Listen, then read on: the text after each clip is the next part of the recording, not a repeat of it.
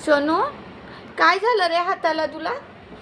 खेळता खेळता बघा माझं बाळ कसं पडलं आणि किती ते लागलं माझ्या सोनूला. किती लागून गेला, हातच फ्रॅक्चर करून टाकला. इतकं लहान, या लहान वयात तितकं. आणि त्यातल्या त्यात शांत तर अजिबात नाही बसायचं बघा. काहीतरी करायचं, कंटिन्यू त्याचं सुरूच असतं. अजिबात शांत नाही. इतकं प्लास्टर करूनही अजिबात शांत नाही आहे. माझ्या एका चुकीमुळे आज माझ्या बाळाचा हात फ्रॅक्चर झाला आहे. त्यामुळे तुम्ही पण लक्ष द्या खेळताना. खेळत होता, खेळता खेळता अचानक तो पडला आणि मला असं वाटलं की खेळतोय म्हणून, इतकं काही लक्ष नाही दिलं. आणि जेव्हा पडला तेव्हा पण तो काही इतका रडला असं नाही, नॉर्मली रडला. त्यानंतर मी त्याला व्यवस्थित खाऊ वगैरे घातलं. तेव्हा तो रात्री व्यवस्थित होता. म्हणजे 9:30 पावणे 10च्या दरम्यान तो पडला होता. आणि तेव्हा आम्ही काही इतकं लक्ष नाही दिलं की त्याच्या हाताला लागलं असेल किंवा काय, नाही का. तो नॉर्मली असा खेळत होता. मग त्यानंतर म्हणजे जो खेळला तेव्हा तो आम्ही बाहेरच होतो, बर्थडे पार्टीमध्ये गेलो होतो आणि तिथं तो अचानक पडला खेळता खेळता. त्यामुळे काही इतकं तिथंही लक्ष नाही दिलं आणि घरी आल्यावरती तो झोपला रात्री 11ला वगैरे आणि अचानक 12 वाजेपासून रडायला लागला. तर आम्हाला असं वाटलं की तो जास्त खेळला असेल, त्यामुळे त्याला पायाला लागलं वगैरे असेल, पाय किंवा पायाला दुखत असेल वगैरे असं काहीतरी. मग मी पाय दाबलं वगैरे, पोटाला हात लावून बघितलं की कदाचित त्याच्या पोटात दुखत असेल, पण असं काहीच नव्हतं. आम्ही कंटिन्यू 4 वाजेपर्यंत त्याला असं खेळवण्याचा प्रयत्न करतो, त्याचं काही मनच नव्हतं लागत, कारण की त्याचा हात आतून दुखत असेल. मग सकाळी उठल्यानंतर तो खेळत होता.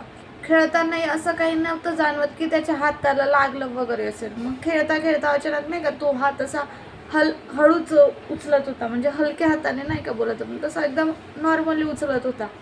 अशी त्याची मुवमेंट जशी आधी होत होती तशी काही नव्हती.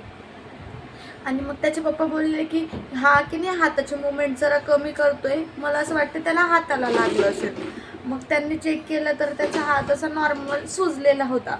सुजलेला म्हणजे काही इतकाही नव्हता की म्हणजे वाटेल की असं फ्रॅक्चर वगैरे झालं असेल किंवा काय. तर मी म्हटलं की अहो म्हणजे काय नाही, इतकं नॉर्मलच आहे म्हणून, नाही का. त्याला शेक वगैरे करेल, बाम वगैरे लावेल तर होईल नॉर्मल. मग त्यामुळे मी त्याच्यावरती इतकं काही लक्ष नाही दिलं. मग ते बोलले की नाही, आपण एकदा की नाही डॉक्टरला दाखवूया, कारण की त्याला तिथं जर टच केलं, जिथं लागलेलं होतं तिथं जर टच केलं ना मग तो रडत होता. ते बोलले एकदा आपण ना डॉक्टरला दाखवून येऊ. मग आम्ही पहिले त्याला म्हणजे याच्याकडे चाइल्ड हॉस्पिटलमध्ये नेलं, म्हणजे लहान मुलांच्या ह्याच्यात. मग तिथल्या डॉक्टरांनी सांगितलं की हड्डीच्या डॉक्टरांकडे न्या म्हणून. मग आम्ही त्याला तिथं नेलं. मग तिथं नेल्यानंतर डॉक्टर बोलले की आपल्याला आधी एक्सराच करायला लागेल, कारण की एक्सरामध्येच कळेल की काय झालं आणि काय नाही. मग तेव्हा आम्ही एक्सरा केला. एक्सरामध्ये त्याच्या म्हणजे नॉर्मल कळतंय की फ्रॅक्चर झाला आहे म्हणून हात, असं कळत होतं आम्हाला की फ्रॅक्चर आहे म्हणून. मग डॉक्टरांनी सांगितलं की नाही, त्याचा हात फ्रॅक्चर झाला आहे आणि तुम्हाला त्याला प्लास्टर करायलाच लागेल. मग मी म्हटलं की म्हणजे क्रीम किंवा ट्यूब वगैरे काही द्या म्हणून, मेडिसिन द्या की जेणेकरून, म्हणजे नाही का, तो अजून इतका लहान आहे की त्याच्याकडनं ते वजन पेलणं जाणं थोडं अवघडच वाटत होतं. मग मी डॉक्टरांना बोलली. मग डॉक्टर बोलले की मी तर देईल, पण जर तो परत त्या हातावरती अचानक खेळता खेळता परत पडला तर मग तो जास्तच डॅमेज होईल म्हणून, नाही का. मग पुढे जाऊन त्याला जास्त त्रास होईल. तर मग आम्ही म्हटलं की ठीक आहे, करून द्या प्लास्टर. प्लास्टर करताना इतका रडला, म्हणजे त्याला बघून मला रडायला येत होतं की काय, नाही का. अजून माझं बाळ 2 वर्षाचंही कंप्लीट नाही, पावणे 2 वर्षाचं आहे, आणि त्याच्यामध्ये इतकं, नाही का, म्हणजे आपल्यासारख्यांनाही ते वजन पेलणं थोडं अवघड होतं आहे. खूप रडला. त्यानंतर घरी आल्यावरती पण असं नाही की तो एका जागेवर बसो, अजिबात नाही. त्याला इतकं लागलंय वगैरे, नाही का, प्लास्टर केलंय तरी पण अजिबात एका जागेवर बसत नाही. सारखं त्याच्याकडे लक्ष द्यायला लागतं. आणि त्यातल्या त्यात मी एकटी असल्यामुळे मला जास्त अवघड होतं त्याच्याकडे लक्ष द्यायची की घरातली कामं करायची किंवा काय, नाही का. आधी कसं त्याला मी नाश्ता दिला तर बऱ्यापैकी तो जे नॉर्मल असं असतं थालीपीठ किंवा अंडी किंवा चिवडा वगैरे दिला तो त्याच्या हाताने खाऊ शकत होता. आता त्याला ते खायलाही जमत नाही. दूध दिलं तर दूध स्वतःच्या हाताने प्यायचं, आता त्याला काही जमत नाही. आणि त्या हातामुळे त्याला जास्त अवघडल्यासारखं होतं. त्यालाच बघून मला खूप रडायला येतं. त्यामुळे मी कुठल्याही ताईंना सांगते म्हणजे सर्व ताईंना एकच सांगेल की मुलं खेळत असेल ना, तुम्ही लक्ष द्या.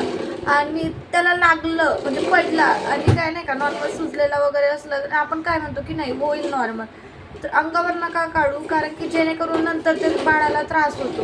त्याच्यामुळे आता बाळ लहान असतं, म्हणजे आपलं बाळ जेव्हा लहान असतं ना तेव्हा जितक्या लवकर रिकवर होतं ना तितकं मोठं झाल्यावरती नाही होत. आणि पुढे फ्युचरमध्ये त्रास अजून वाढण्यापेक्षा ते आपण म्हणजे तेव्हाच केलेलं बरं. त्यामुळे अंगावरती काढू नका आणि लगेच डॉक्टरांकडे घेऊन जा. आणि एकच सांगेल की मुलांकडेच म्हणजे लक्ष द्या. तर त्यांना सांभाळणं इतकं काही सोपंही नाही, पण मग तरी पण आपण लक्ष देण्याचा प्रयत्न करा खेळताना वगैरे नाही का, म्हणजे जरा लक्षच राहू द्या.